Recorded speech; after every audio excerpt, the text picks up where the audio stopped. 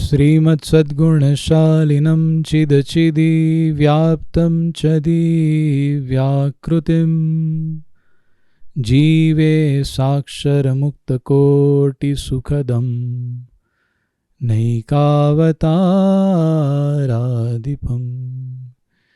ज्ञेयं श्रीपुरुषोत्तमं मुनिवरेर्वेदादिकीर्त्यं विभुम् तन्मूलाक्षरयुक्तमेव सहजा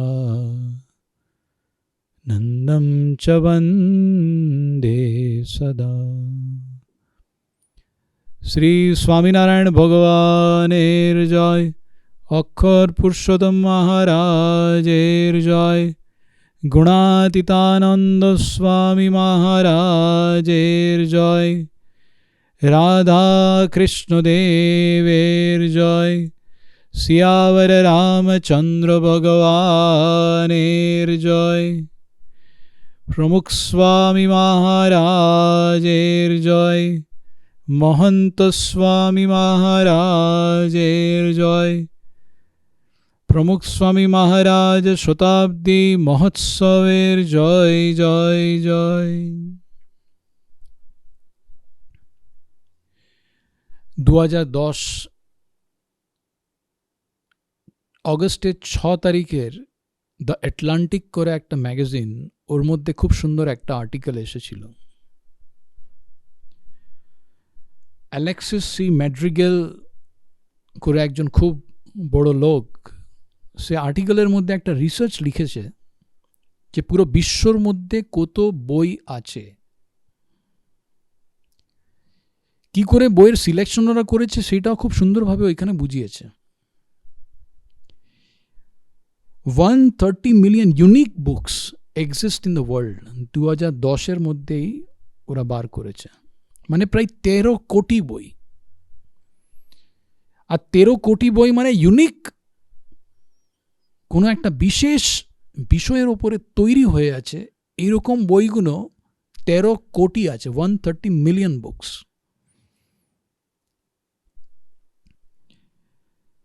এই সব বইয়ের মধ্যে সবথেকে বেশি কোন বিষয়ের ওপরে বই লেখা হয়েছে সে হচ্ছে আধ্যাত্মিক বিষয়, ভগবান সম্বন্ধী, ধর্ম সম্বন্ধী অনেক প্রচুর বই লেখা হয়েছে। সারা বিশ্বর মধ্যে আমরা সবাই জানি the most religious country in the whole world is India, number 1 religious country. ভারতের মধ্যে গ্রামে গ্রামে মন্দির, গ্রামে গ্রামে বিভিন্ন সম্প্রদায়, আর বেশিরভাগ সম্প্রদায় সব হিন্দু ধর্মের সম্প্রদায়। সেই হিন্দু ধর্মের সম্প্রদায়ের মধ্যে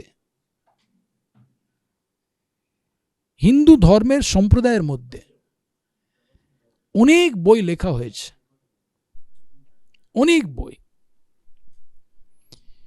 কিছু বইগুলো পুরো বিশ্ববিখ্যাত হয়েছে। Shrimad Bhagavad Gita, the national book of India,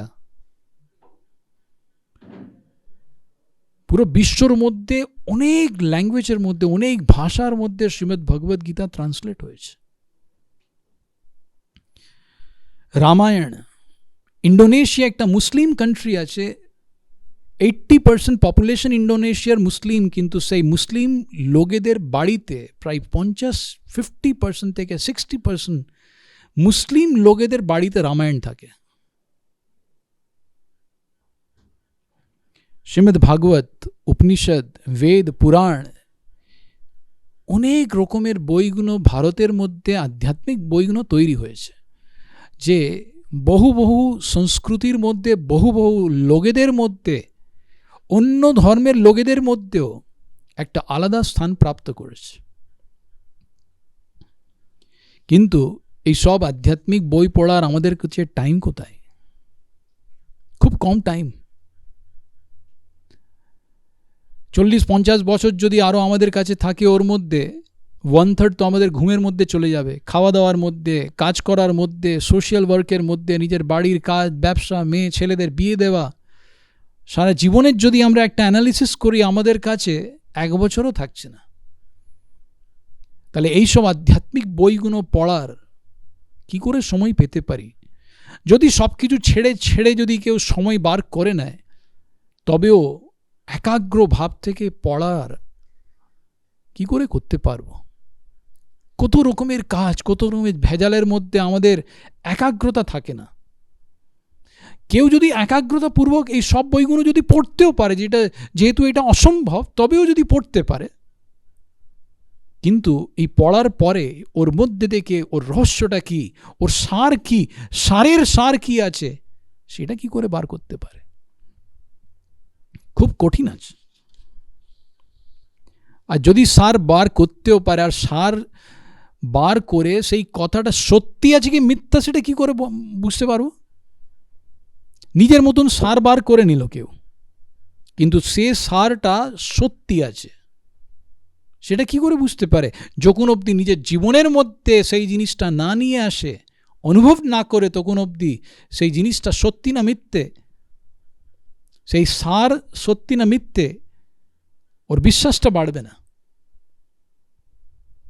তাহলে এই অনুভব করার সময়টা কোথায়? নিজের জীবনের মধ্যে নিয়ে আসার সময়টা কোথায়? কিন্তু এই সব শাস্ত্র যদি আমরা কোনো সার পেয়ে যাই, না পড়ে যদি সার পেয়ে যায়,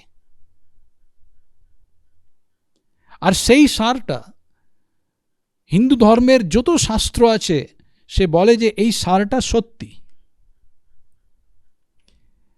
সেই সারটার যদি কেউ অনুভব করে থাকে নিজের জীবনের মধ্যে, আর সেই অনুভবটা এই পৃথিবীতে যারা আছে, যত সম্প্রদায় আছে, সব সম্প্রদায় সেই অনুভবটা মান্য রাখবে যে এই কথাটা সত্যি আছে। আর এইরকম যদি সার আমরা ছোট একটা বইয়ের মধ্যে পেয়ে যাই, তাহলে কত সময় আমাদের বেঁচে যাবে। যদি কেউ এরকম বলে যে আমি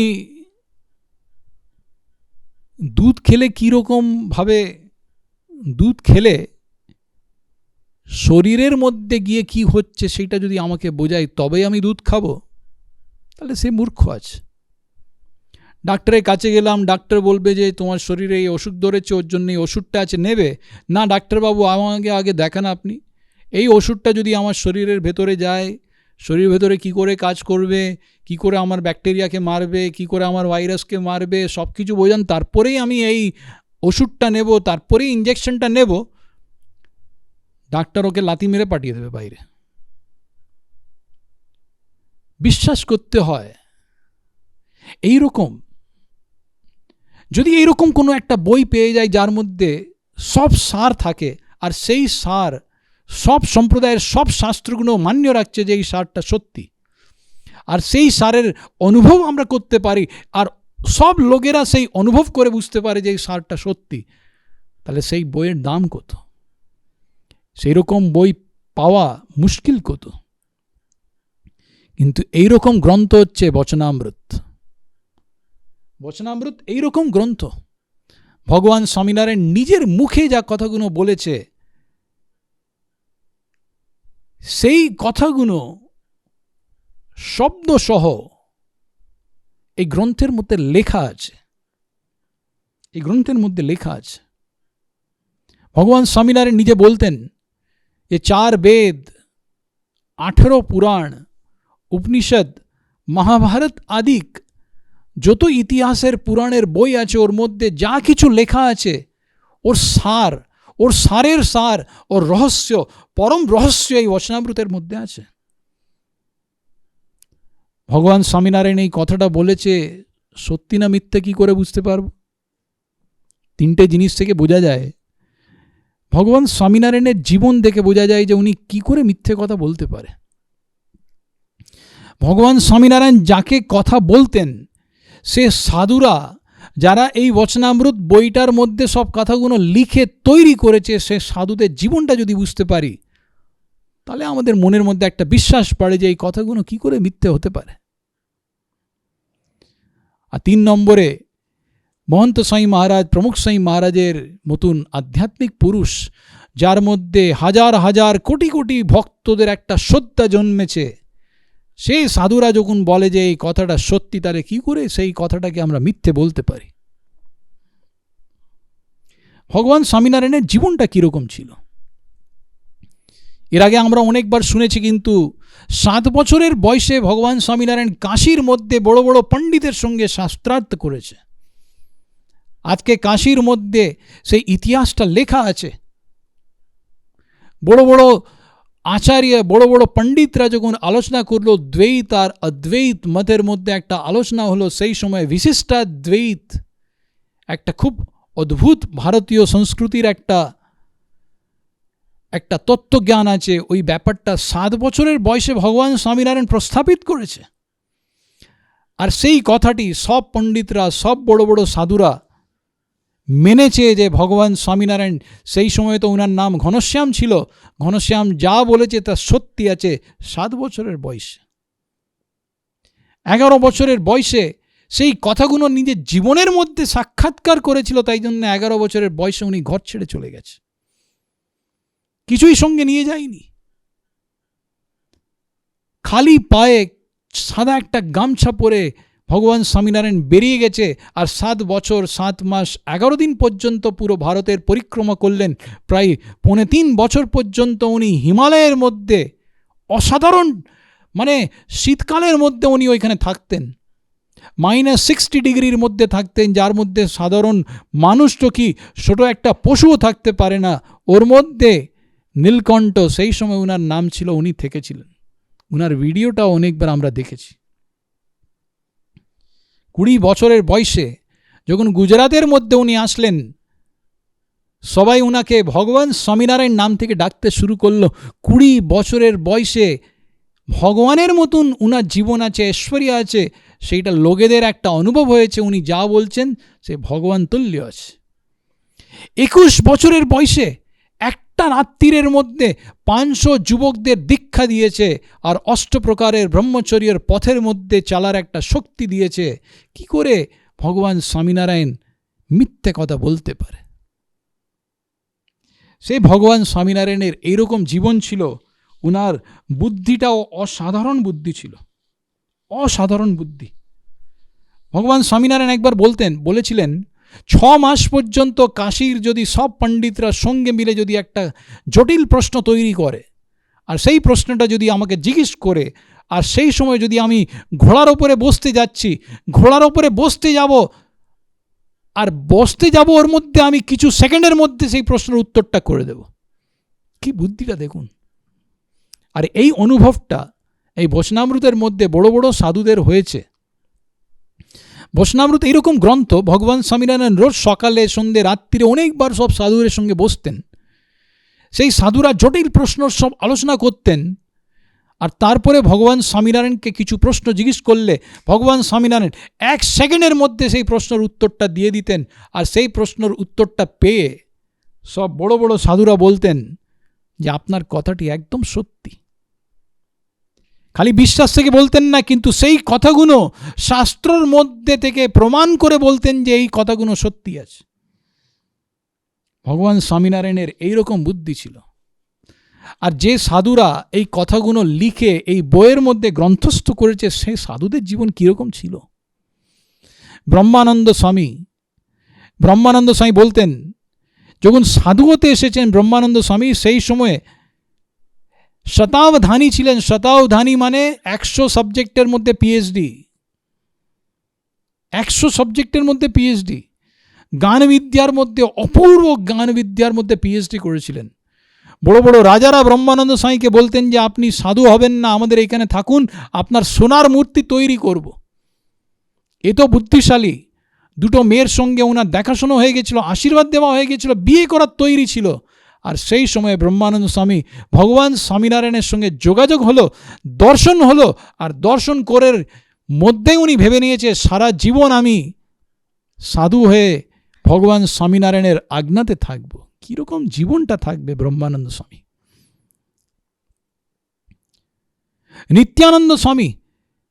নিত্যানন্দ স্বামী যখন সাধু হলেন, আর তারপরে সাধু হওয়ার পরে পড়াশোনা যা করেছে, ও তো বুদ্ধিশালী। এইরকম বলা মানে উচিত যে নিত্যানন্দ স্বামী যদি কোনো লোকেদের সঙ্গে শাস্ত্রার্থ করতে যেত, তখন 7খানা গরু গাড়ি ভরে বই সব নিয়ে, 7খানা গরু গাড়ি ভরে অত বইগুলো নিয়ে শাস্ত্রর আলোচনা করতে যেত। ওকে দেখে লোকেরা ভয় পেত যে ইনার সঙ্গে কোনোদিন শাস্ত্রর চর্চার মধ্যে আমরা জিত করতে পারবো না। সে নিত্যানন্দ স্বামী ভগবান স্বামীনারায়ণের কাছে হাত জোড় করে দাঁড়িয়ে থাকত। আর ভগবান স্বামীনারায়ণ অনেকবার নিত্যানন্দ স্বামী যখন প্রশ্ন করত, ওই প্রশ্নর উত্তরগুলো যখন দিত, নিত্যানন্দ স্বামী বলতেন যে এইরকম প্রশ্নের উত্তর কেউ দিতেই পারে না। সে নিত্যানন্দ স্বামী অনেকবার অন্য সাধুদের প্রশ্নের উত্তর দিতে পারতেন না, সেই প্রশ্নের উত্তর ভগবান স্বামীনারায়ণ 1 সেকেন্ডের মধ্যে দিয়ে দিত। আর নিত্যানন্দ স্বামী হাত জোড় করে বলতেন যে ভগবান, এইরকম উত্তর তো আমিও কোনোদিন করতে পারবো না, সেই উত্তরটা আপনি করতে পারছেন। কিরকম বুদ্ধি ছিল ভগবান স্বামীনারায়ণের। মুক্তানন্দ স্বামী এইরকম সাধু, ভাই 40 বছর ধরে সাধনা করে যাচ্ছে। মুক্তানন্দ স্বামী বলতেন অনেকবার, যদি কেউ আমাকে মারার জন্য আসে, যে মুক্তানন্দ স্বামীকে আজকে মেরে দেব, কিন্তু মুক্তানন্দ স্বামীর দর্শন করলেই ওর ক্রোধ, ওর রাগ শান্ত হয়ে যেত। এইরকম মুক্তানন্দ স্বামীর জীবন ছিল। এইরকম অনেক সাধুরা ছিল, অনেক সাধুরা। এই সব সাধুদের জীবনটা দেখে আমাদের মনে হয় যে বচনামৃতের মধ্যে যা কিছু কথাগুলো উনি লিখেছে কি করে মিথ্যে হতে পারে। আর 3 নম্বরে আমাদের গুরুজি প্রমুখ স্বামী মহারাজ আর মহন্ত স্বামী মহারাজ, উনারা যা কথাগুলো বলে গেছেন, উনাদের যা জীবন আছে, ওর মধ্যে থেকে আমরা বুঝতে পারি যে কি করে এ মিথ্যে কথাটা হতে পারে।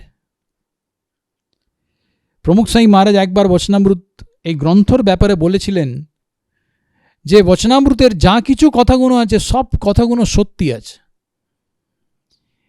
বচনামৃতের মধ্যে যদি আমরা খুব ভালোভাবে ভালোবাসা দিয়ে যদি পড়াশোনা করি, প্রমুখ স্বামী মহারাজ বলেছিলেন যে জীবনের মধ্যে কোনো প্রশ্নই থাকবে না। বচনামৃত এইরকম গ্রন্থ আছে। আজকে সেই বচনামৃতের মধ্যে থেকে আমরা একটা বচনামৃত, গরড়া প্রথম প্রকরণের 16 বচনামৃত আগে আমরা একটু গান করব, আগে একটু পড়ব, আর তারপরে সেই বচনামৃতের ওপরে আমরা আলোচনা করব। বচনামৃত শাস্ত্র গুজরাটিতে আছে, আমরা এখন বাংলাতে সেই ট্রান্সলেশনটা চলছে, কিন্তু এই ছোট প্যারাগ্রাফটা আমরা গুজরাটিতে পড়ব, বাংলাতে আমরা তারপরে ওর આલોચનાટા કરવું. સ્વામિનારાયણ રે વચનામૃત ગરડા પ્રથમ પ્રકરણનું 16મું વિવેકનું સ્વામિનારાયણ રે 1876ના માક્ષરવદી ચોથને દિવસ શ્રીજી મહારાજ શ્રી ગરડા મધ્યે દાદા ખાચરના દરબારમાં વિરાજમાન હતા અને સર્વ શ્વેત વસ્ત્ર ધારણ કર્યા હતા અને પોતાના મુખારવિંદની આગળ સાધુ તથા દેશ દેશના હરિભક્તની સભા ભરાઈને બેઠી હતી.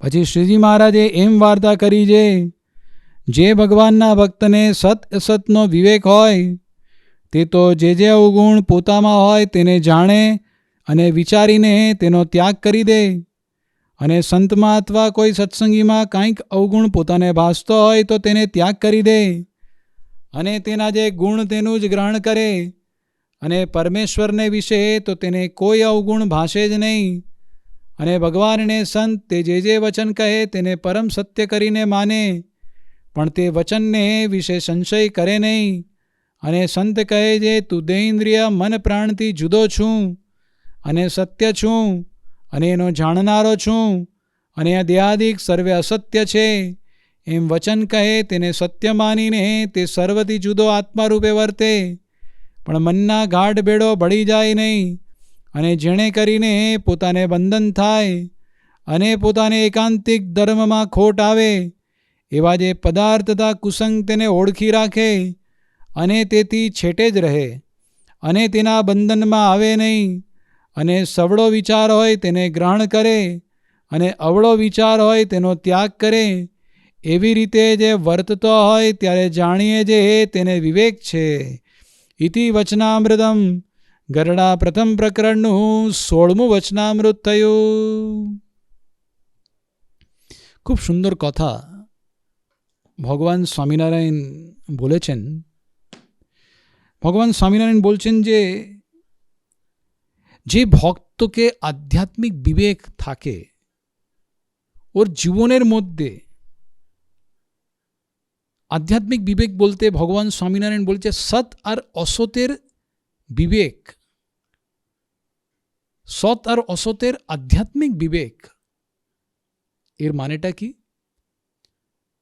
সৎ আর অসতের কিছু সাধারণ জ্ঞান যদি আমাদের জীবনে থাকে, প্রাথমিক জ্ঞান যদি আমাদের জীবনে থাকে,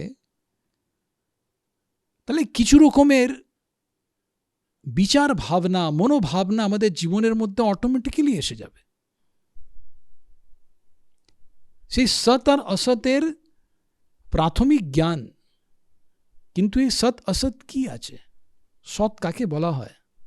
সৎ মানে সত্যি কাকে বলা হয়? সত্য কাকে বলা হয়?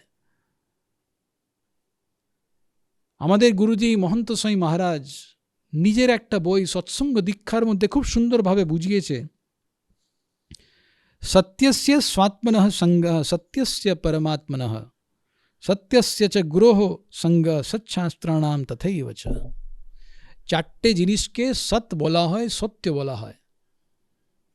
সত্যস্য স্বাত্মানাম স্বাত্মনঃ, নিজের আত্মা, ওকে সত্য বলা হয়। আত্মার ভেতরে পরমাত্মা আছে, ওকে সত্য বলা হয়। আমাদের শাস্ত্র যে বড় বড় ঋষিরা লিখে গেছে, ওকে ওর মধ্যে যা কথাগুলো আছে সব সত্যি আছে, ওকে সত্য বলা হয়। আর আত্মা পরমাত্মা আর এই শাস্ত্রর যিনি সাক্ষাৎকার করেছে এরকম সৎপুরুষ, আসল গুরু, তাকেও সত্য বলা হয়। এই চারটে জিনিসের সাধারণ প্রাথমিক জ্ঞান যদি আমাদের জীবনের মধ্যে থাকে, প্রাথমিক জ্ঞান, তবে আমাদের জীবনের মধ্যে অটোমেটিক্যালি কিছু জিনিস এসে যাবে। আমাদের মনের মধ্যে, আমাদের মনোভাবনা, আমাদের জীবনটা অটোমেটিক্যালি কিছু জিনিস আমাদের মধ্যে এসে যাবে যদি এই প্রাথমিক জ্ঞানটা যদি আমাদের আত্মা, পরমাত্মা, সৎপুরুষ আর শাস্ত্র যদি থাকে। কি আমাদের জীবনের মধ্যে আসবে? প্রথম জিনিসটা ভগবান স্বামীনারায়ণ বলেছে যে সে ভক্ত নিজের মধ্যে যা কিছু অবগুণ, নিজের মধ্যে যা দোষ থাকবে সে জানবে আর বিচার করে ওর ত্যাগ করে দেবে।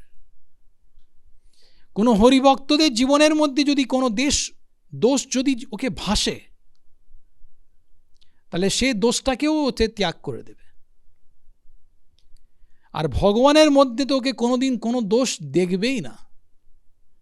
আর ভগবান আর সন্ত যদি আমাদের বলে, যা বলবে তা করবে, আর সন্ত যদি বলে যে তুই শরীর নেই, তুই আত্মা আছিস, তাহলে সেই শব্দকে পরম সত্য করে মানবে আর নিজের শরীর থেকে আলাদা হয়ে আত্মারূপে, আত্মভাবে সে চলবে। আর যে জিনিস থেকে নিজেকে বন্ধন হবে, সে পদার্থ, সেই বস্তু বিচারকে ও ত্যাগ করে দেবে। আর ভালো বিচার, পজিটিভ বিচার ওকে গ্রহণ করবে, খারাপ বিচারের ত্যাগ করে দেবে। এই 6 রকমের জীবন, 6 রকমের মনোভাবনাটা যদি আমাদের জীবনের মধ্যে আসে, তাহলে ভাববেন যে আমাদের মধ্যে আধ্যাত্মিক বিবেকের শুরুয়াত হয়েছে। আধ্যাত্মিক বিবেক আমাদের জীবনের মধ্যে এসেছে। আত্মা, পরমাত্মা, শাস্ত্র আর সৎপুরুষের প্রাথমিক জ্ঞান আমাদের জীবনের মধ্যে এসেছে। এই নিয়ে একটু আলোচনা আমরা করি। আমরা যদি ভাবি যে আমরা আত্মা আছি, শরীর নেই, খালি এতই যদি জ্ঞান আমাদের জীবনের মধ্যে আসে, তাহলে দেখবেন আমরা কোনো অবগুণ, আমরা নিজের অবগুণ ত্যাগ করার জন্য এমনি এমনি চেষ্টা শুরুই হয়ে যাবে। কি করে সেইটা একটু বোঝার চেষ্টা করি। ভাবে নিন যে আপনার খুব একটা সুন্দর বাড়ি আছে, খুব সুন্দর জায়গা আপনি কিনেছেন, খুব সুন্দর বাড়ি তৈরি করেছেন, ওর মধ্যে খুব দামি দামি সব টাইলসগুলো লাগিয়েছেন, মার্বেল লাগিয়েছেন, সব কিছুই লাগিয়েছেন। সেই বাড়ির মধ্যে আপনাকে থাকার খুব আনন্দ আসছে।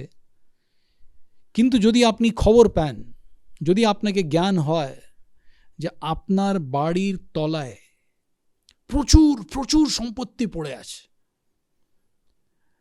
বড় বড় ঘটিকার মধ্যে রত্ন সব পড়ে আছে এক্স্যাক্ট আপনার বাড়ির তলায়, তাহলে আপনি কি করবেন? সে বাড়ির মধ্যে খুব খরচা করেছেন, খুব ভালোভাবে সাজিয়েছেন, অনেক ভালো ভালো টাইলস লাগিয়েছি, অনেক ভালো ভালো মার্বেল লাগিয়েছি, কিন্তু কেউ দেখতে পাবে না। সেই রকম আস্তে আস্তে আস্তে আস্তে আস্তে করে পুরো বাড়িকে আমরা ভেঙে দেব, চুরচুর করে দেব, কারণ আমরা জানি যে সে বাড়ির তলায় প্রচুর সম্পত্তি পড়ে আছে, প্রচুর সম্পত্তি পড়ে আছে।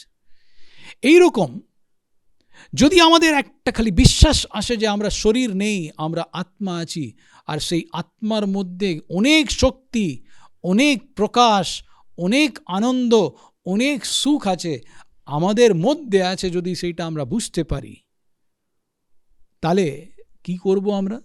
প্রথম একটা বিচার আমাদের মধ্যে আসবে যে আমার আত্মার মধ্যে এত শক্তি, এত সুখ আছে, তাহলে কেন আমি এই অনুভবটা করতে পারছি না? ওর কারণটা হচ্ছে যে সেই আত্মার ওপরে অনেক রকমের ভেজাল, অনেক রকমের দোষ, অনেক রকমের অবগুণ সব বসে আছে। তাই জন্যে আমাদের ভেতর থেকে এই আনন্দর অনুভবটা হচ্ছে না। তাহলে যদি আত্মার একটা প্রতীতি, আত্মা আছি, সেই জিনিসটা যদি আমাদের মনের মধ্যে বসে যায়, তাহলে নিশ্চয়ই আমরা সেই আত্মাকে খোঁজ করার জন্যে, সেই আত্মার আনন্দর অনুভব করার জন্যে, ওর ওপরে যা কিছু ভেজাল আছে ওই সব দূর করার জন্য চেষ্টা করবই।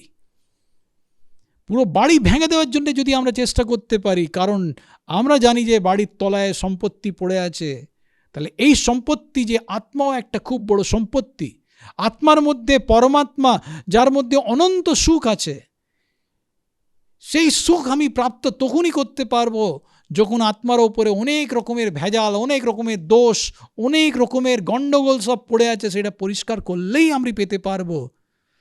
তাহলে প্রথম আধ্যাত্মিক বিবেক আমাদের জীবনের মধ্যে অটোমেটিক্যালি এসে যাবে যে আমাকে নিজের দোষগুলো দূর করতে হবে।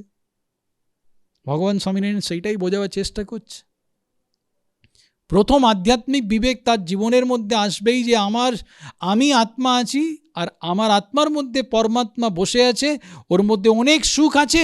এইটা যদি প্রাথমিক জ্ঞান আমাদের হয়, তাহলে সেইটাকে প্রাপ্ত করার জন্যে যা কিছু দোষ আমাদের মধ্যে আছে সেইটাকে দূর করার জন্য চেষ্টাটা হবেই হবে। অনেক ভক্তরা সেই চেষ্টা রাত দিন করেছে। শ্রী অরবিন্দ ঘোষ 16 বছরের বয়সে প্রায় 8 ভাষা জানতেন। 20 বছরের বয়সে তো আইসিএস হয়ে ইন্ডিয়ান সিভিল সার্ভিস। ব্রিটিশাররা দেখেছে খুব বুদ্ধিশালী আছে, ইংল্যান্ডে গিয়ে ওকে পড়াশোনা করিয়েছে। সিভিল সার্ভিস মানে আজকের দেখতে গেলে আইএএস অফিসার, 20 বছরের বয়সে আইএএস অফিসার হয়ে গেছে।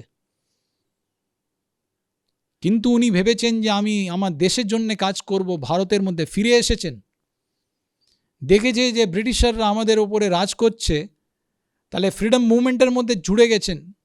বোম ফম তৈরি করতেন, অনেকবার ধরা পড়েছে, জেলের মধ্যে গিয়েছে, 2 বছর জেলের মধ্যে ছিলেন। সেই সময়ে বিভিন্ন রকমের হিন্দু শাস্ত্রগুলি পড়তেন। মহাভারত পড়তে পড়তে, মহাভারতের মধ্যে বিদুর নীতি একটা চ্যাপ্টার এসেছে, সেই পড়তে পড়তে বিদুর নীতির মধ্যে পড়ছে একটা শ্লোক যখন উনি পড়েছেন, উনি ভাবতে লাগলেন যে জীবনের মানেটা কি।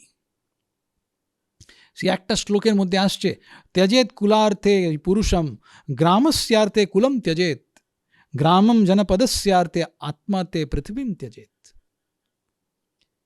অরবিন্দ ঘোষ যখন এই শ্লোকটা পড়লেন, চোখ বন্ধ করে, মানে একদম ধ্যানের মধ্যে ডুবে গেছে যে আমি কি করছি, এই জীবনের প্রয়োজনটা কি।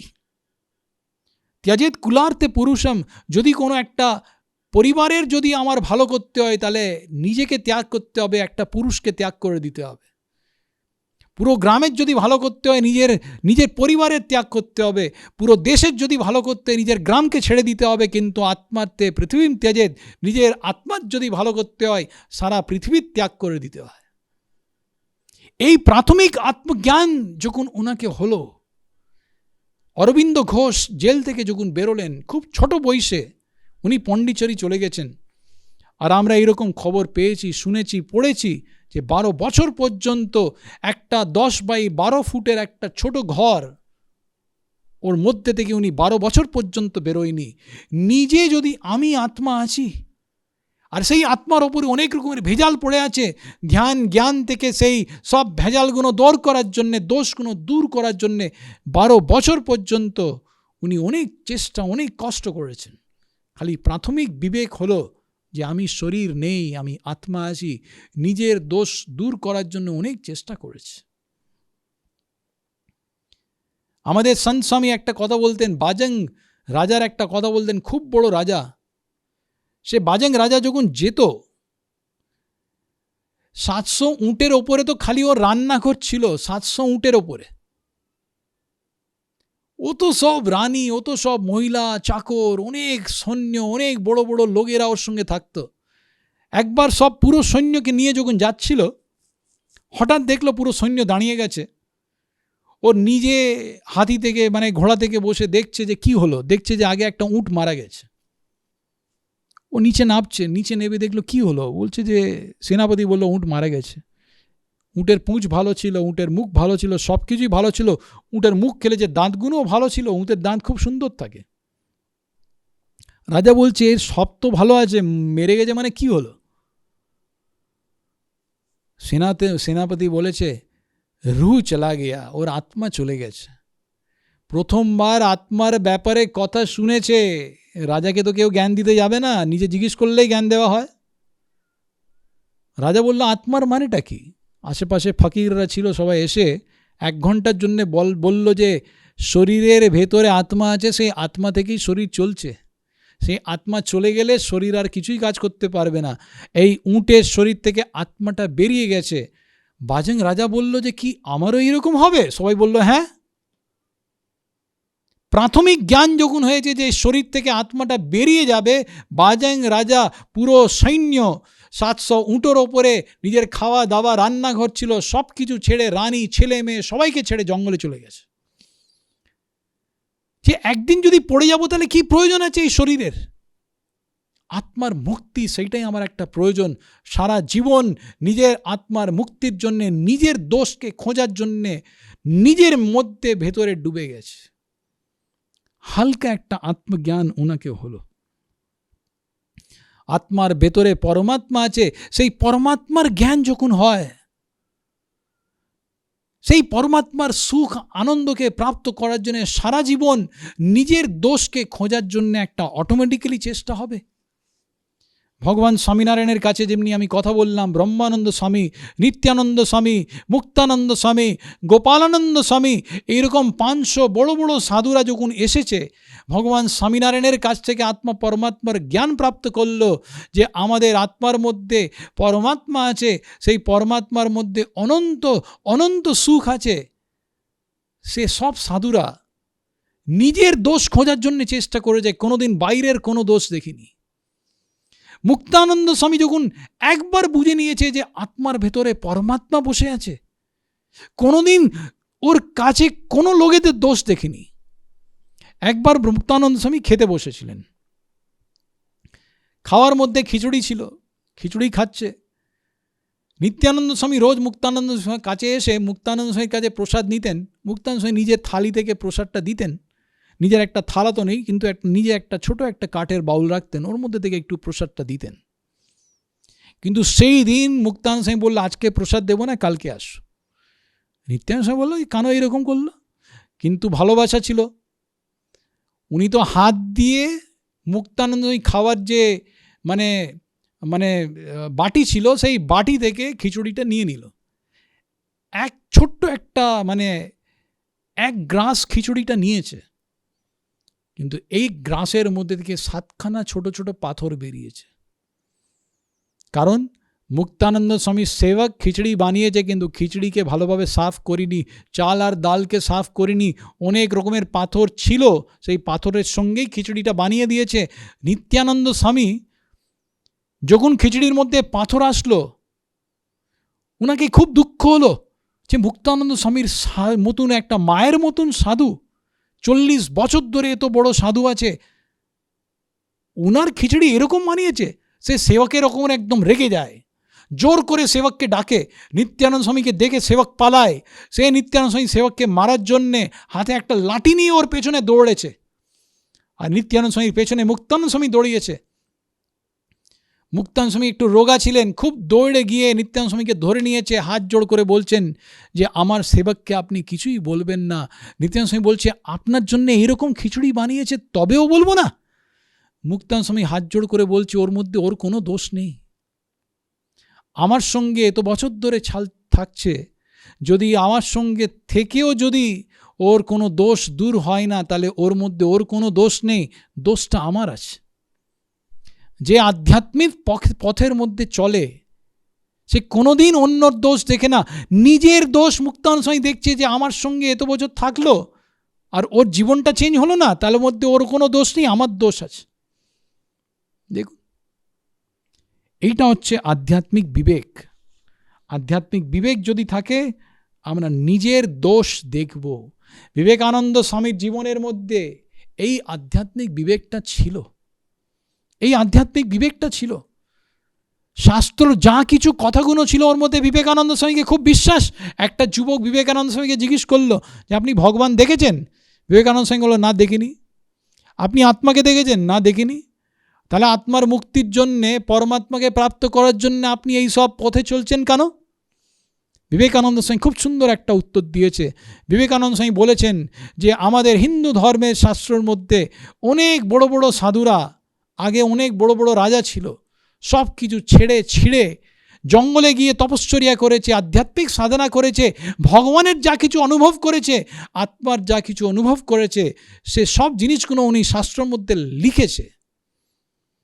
আমি খালি এতই জানি, বিবেকানন্দ স্বামী বলেছে যে আমি এতই জানি যে ওরা কেউ মূর্খ ছিল না, তাই জন্য ওরা যা বলেছে সেই সব কথাগুলো, শাস্ত্রর কথাগুলো আমি সত্যি মানি,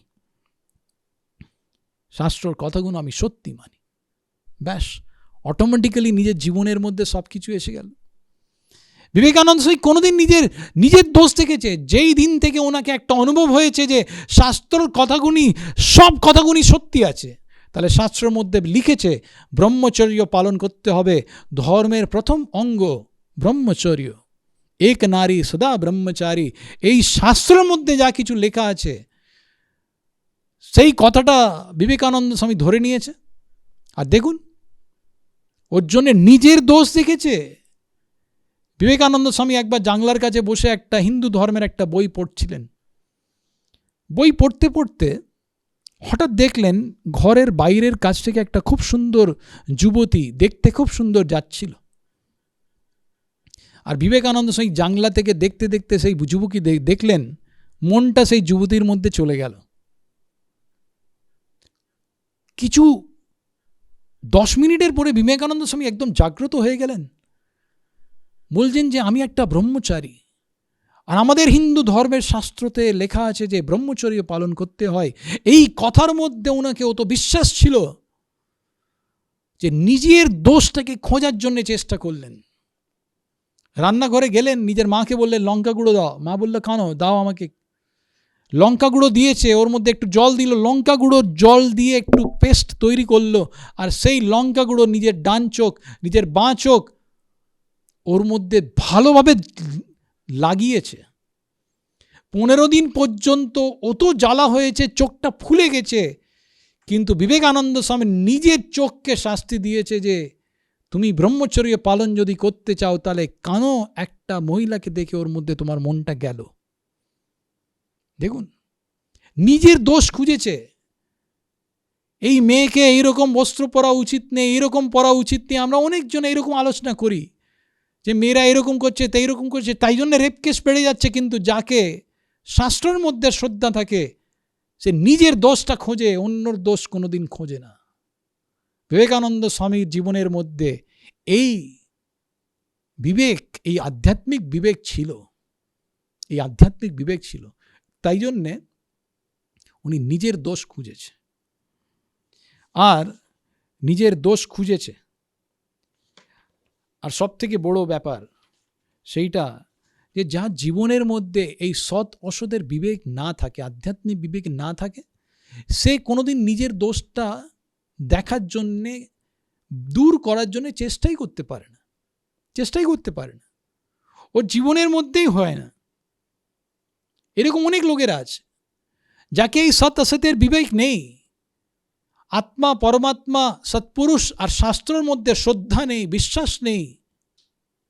ওর জীবনের মধ্যে আমরা দেখছি যে কোনোদিন নিজের দোষ তো দূর করার চেষ্টা করছে না, কিন্তু নিজের দোষটা আছে সেটা বুঝতেও পারছে না। ভগবান কৃষ্ণ যখন মহাভারতের পুরো যুদ্ধটা হলো, 65 লাখ লোকজন মারা গেছে, একজনের ভুল খালি দুর্যোধন। ভগবান কৃষ্ণ বলেছিলেন বৃষ্টির সময়ে সন্ধি করতে যখন গেল, সেই সময় ভগবান কৃষ্ণ বলেছিলেন, তুই ছোট একটা গ্রাম যদি পাণ্ডবদের দিয়ে দিবি তাহলে আমি পাণ্ডবদের বুঝিয়ে দেব, এত বড় যুদ্ধ করতে হবে না। সেই সময়ে দুর্যোধন কি বলল? দুর্যোধন বলেছে, একটা সুয়ের মাথার ওপরে যত জায়গা থাকে অত জায়গাটাও আমি পাণ্ডবদের দেব না। একটা গ্রামের তো অনেক বড় কথা, এটা তো কোনো কালে আমি দেব না। ছোট একটা গ্রাম দিতে পারিনি, তাই জন্য ভগবান কৃষ্ণ যুদ্ধ করল, 65 লাখ লোকজন মারা গেছে। আর সেই সময়ে যুদ্ধের পরে ভগবান কৃষ্ণ দুর্যোধন মরার মতন পরিস্থিতি, কিছু সময়ের পরে মারা যাবে, সেই সময় ভগবান কৃষ্ণ ওর কাছে গিয়ে ওকে বলেছে, দেখ তোর একটা ভুলের জন্যে আজকে 65 লোকজন মারা গেল, তোর 100 ভাই মারা গেছে। অনেক কিছু কথা বলেছে, তোর জন্যেই এই যুদ্ধ হয়েছে। সেই সময় দুর্যোধন বলছে, ভগবান কৃষ্ণ কিন্তু আমি কি ভুল করলাম আমি বুঝতে পারছি না। সব কিছু করেছে সে, তবেও বুঝতে পারছে না যে আমার ভুলটা কি। কারণ ওর জীবনের মধ্যে সৎ অসতের বিবেক ছিল না। আমাদের একটা সহজ স্বভাব থাকে, যার মধ্যে আধ্যাত্মিক বিবেক নেই সে নিজে কোনোদিন নিজের ভুলটা বুঝতেই পারে না, সেটা একটা সহজ স্বভাব হয়ে যায়। দেখবেন আপনার জুতো কেনার জন্য, এই দুর্গাপুজোর সিজন আসছে, জুতো কেনার জন্য দোকানে যাব, দোকানে গিয়ে কি বলবে, দাদা একটা বড় জুতো দেখান তো, এই জুতোটা ছোট আছে। এটা কথাটা বলার ঠিক? জুতোটা ছোট আছে না আপনার পাটা বড় আছে? আমাদের পা বড় আছে, কিন্তু আমরা বলবোটা কি, দাদা একটা জুতোটা একটা বড় দেখান তো, এই জুতোটা ছোট আছে। জুতোটাকে ছোট করে ফেললাম। আমরা তো সব ঠিকই আছি। অনেকবার দেখবেন আমরা হেঁটে হেঁটে যাচ্ছি, দরজার সঙ্গে আমরা একটু মানে কিছু ধাক্কি হলো, মানে এমনি এমনি গেলেও দরজার সঙ্গে আমরা কিছু ঠকে দিলাম, কিন্তু আমরা কি বলবো, দরজাটা ঠকলো। আমরা এরকম বলবো না যে আমি দরজার সঙ্গে গিয়ে ঠকেছি, দরজাটা ঠকেছে। সব জিনিসের মধ্যে আমাদের এইরকম হয়ে যায়। সব জিনিসের মধ্যেই আমার কোনো দোষ নেই, দোষটা তো সামনের মধ্যেই আছে। নিজের দোষ বুঝতে পারে না, নিজের দোষ ভাবতে পারে না, সেইটাই সব থেকে বড় ভুল। সেইটা আমাদের জীবনের মধ্যে সহজভাবে আমরা দেখতে পাই। খুব বুদ্ধিশালী লোক থাকলেও নিজের দোষ দেখতে পায় না। একজন মহিলা ভক্ত ছিল, মছিয়াওয়ের পিসিমা, যাকে আমরা গুজরাটিতে ফাইবা বলি। পুরো সৎসঙ্গের মধ্যে পিসিমা থেকে ওনার প্রতিষ্ঠা হয়েছিল। পিসিমা, সবাই মা করেই ডাকতো। ভগবান স্বামীনারায়ণ উনার খালি ভক্তি ছিল, তাই জন্য উনার গ্রাম ফণেনি গ্রামের মধ্যে 32 বার গিয়েছিল। কিন্তু সেই পিসিমা নিজের বউয়ের সঙ্গে কোনো ঝগড়া হয়েছে আর বৌমা ছেড়ে চলে গেছে। ভগবান স্বামীনারায়ণ ঘুরতে ঘুরতে যখন যাচ্ছিলেন, হঠাৎ একটা গ্রামের মধ্যে ওর বউকে দেখলেন। বউকে বললেন যে আপনি কেন এইখানে, পিসিমা ভালো আছে? হ্যাঁ পিসিমা ভালো আছে, কিন্তু কিছু রাগারাগি হয়েছে, আমাকে তাড়িয়ে দিয়েছে। ভগবান স্বামীর বলল, কালকে আমি ওইখানে যাচ্ছি, চলুন আপনার সঙ্গে ভালোবাসা করিয়ে দেব। চলেছেন। যেই গ্রামটা আসলো, ওর বৌমা বলছেন, দেখুন ভগবান স্বামীনারায়ণ আপনি যা বলবেন তাই আমি করব, কিন্তু আগে ওকে আপনি বুঝিয়ে নিন, তারপরে আমি যাব গ্রামের ভেতরে। ভগবান স্বামীনারায়ণ বলল ঠিক আছে।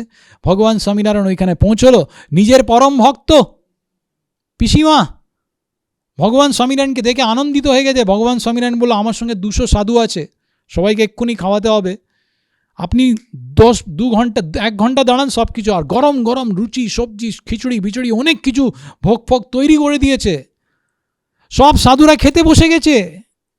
আর সেই সময়ে ভগবান স্বামীনারায়ণ সব সাধুদের বলেছে, দাঁড়াও, 5 মিনিটের পরে খেতে আরম্ভ করবেন। পিসিমাকে গিয়ে জিজ্ঞেস করলেন, পিসিমা আপনার বৌমা কোথায়? ভগবান স্বামীনারায়ণ জানতো গ্রামের বাইরে বসে আছে। পিসিমা বলল, না ও নেই, ওর কথাগুলো কিছু বলবেন না। ভগবান স্বামীনারায়ণ বললেন, দেখুন পিসিমা, আপনি তো এত বড় ভক্ত আছেন, রাগারাগি করলে কত খারাপ লাগবে, আপনার বউ গ্রামের বাইরে দাঁড়িয়ে আছে, আমি ওকে বুঝিয়ে দিয়েছি, ও নিজের দোষে স্বীকার করে নিয়েছে, আপনি বৌমাকে স্বীকার করে নিন, ওকে আপনি নিয়ে নিন, সঙ্গে থাকবেন। পিসিমা কি বলছেন, ভগবান এই কথাটা হবে না, ওর দোষ আছে, আমার কোনো দোষ নেই, আপনি বলছেন তবেও আমি ওকে স্বীকার করব না। ভগবান স্বামীনারায়ণ বলছে আমি বলছি আপনাকে নিয়ে নিন। পিসিমা বলছে ভগবান, আপনি ভগবান আছেন সেইটা আমি স্বীকার করছেন, কিন্তু এই সংসারের কথাগুলো আপনি বুঝতে পারবেন না, আমি আপনার এই আজ্ঞাটা পালন করব না, দোষটা ওরই আছে, আমার কোনো দোষ নেই, ওকে আমি স্বীকার কোনোদিন করব না। ভগবান স্বামীনারায়ণ বলছে 200 সাধুরা খেতে বসে গেছে, কেউ খাবে না যদি আপনি আপনার বৌমাকে স্বীকার করবেন না, সে আপনার ইচ্ছে। 200 সাধুদের গিয়ে ভগবান স্বামীনারায়ণ বলল, সাধুরা ওঠো, এইখানে খেতে হবে না। সব সাধুরা না খেয়ে ওইখান থেকে চলে গেছে, কিন্তু পিসিমা নিজের বউকে স্বীকার করতে পারিনি, নিজের দোষটা দেখতে পারিনি। তাই জন্যে আমাদের শাস্ত্রের মধ্যে লেখা আছে, দোষ কখন দেখতে পাই, দোষটা তখনই দেখতে পাই যখন ভগবানের সাধুদের খুব বড় আমাদের ওপরে কৃপা হয়ে যায়, তখন নিজের দোষটা আমরা দেখতে পাই। নিজের দেশটা দেখতে পাই না, খুঁজতে পাই, বুঝতে পারি, আর বিচার করে ওর ত্যাগ করতে পারি যদি ভগবানের সাধু আমাদের ওপরে একটু কৃপা করে দেয়, দৃষ্টি করে দেয়। লাস্টে একটা গল্প বলে শেষ করব। একজন হরিভক্ত, ওর নাম রবি ভাউসার, একটা যুবক, 20 বছরের বয়সে সিগারেট, বিড়ি, মদ, ফদ, ড্রাগস নেওয়াই সব জিনিসের মধ্যে লুপ্ত ছিল, অনেক রকমের খারাপ কাজ করেছিল। ফ্রান্সের মধ্যে ওকে জেল হয়েছে, জেলের মধ্যে জেলারদের ড্রাগ বিক্রি করে ওইখান থেকে বেরিয়েছে, এইরকম লোক।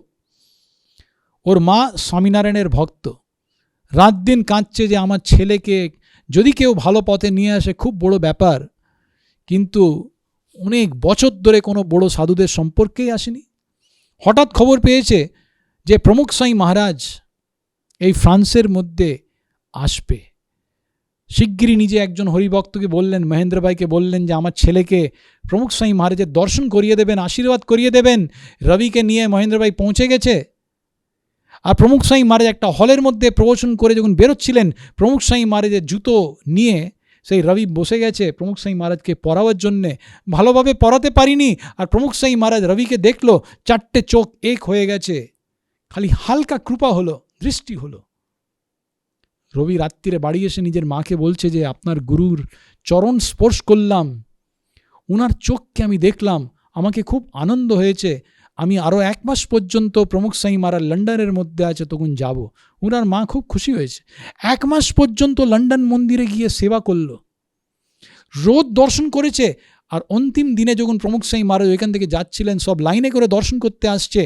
রবি 2000 সালের মধ্যে প্রমুখ সাই মহারাজ ওকে আশীর্বাদ দিয়েছে, রবিকে বলছে সব কিছু ছেড়ে দে। সেই দিন থেকে রবি সিগারেট, বিড়ি, মদ, ফদ সব কিছু ছেড়ে দিয়েছে। 2007 সালে রবি ভাউসার প্রমুখ সাই মহারাজ বরোডাতে ছিলেন, সেই সময় নিজে দর্শন করতে এসেছে, প্রমুখ সাই মহারাজের আশীর্বাদ নিয়েছে। আর প্রমুখ সাই মহারাজকে বলেছে, এই 7 বছর হয়ে গেছে আমি সিগারেট খাইনি, বিড়ি খাইনি, মদ খাইনি, বাইরের খাওয়া খাইনি, কোনো রকমের খারাপ কাজ করিনি, আর সৎসঙ্গ পরীক্ষা আমি দিচ্ছি, প্রতি রোববার মন্দিরে যাচ্ছি, প্রতি রোববার সাধুদের সৎসঙ্গ করছি। আর আমাকে কি করতে হবে? পুরো জীবন চেঞ্জ হয়ে গেছে। আর আমাকে কি করতে হবে? আর আমার কত দোষ আমাকে দেখতে হবে, কি করে আমার দোষকে আমাকে দূর করতে হবে, এই বিচারটা ওনার জীবনে এসে গেল। কারণ একটা প্রাথমিক বিবেক ওনার জীবনে এসেছে যে প্রমুখ সাই মহারাজ একটা আসল সাধু, উনি যা বলছেন তা সত্যি কথা বলছেন। তাহলে এই 4 রকমের যদি প্রাথমিক বিবেক, আধ্যাত্মিক বিবেক আমাদের মধ্যে এসে যায়, তাহলে আমাদের জীবনের মধ্যে কোনোদিন আমরা বসে থাকবো না, কিন্তু নিজের দোষ দূর করার জন্যই রাত দিন চেষ্টা করব। তাহলে ভগবান স্বামীনারায়ণের চরণে আমরা প্রার্থনা করি যে আমাদের জীবনের মধ্যে এই প্রাথমিক বিবেকটা আসতে পারে। শ্রী স্বামীনারায়ণ ভগবানের জয়।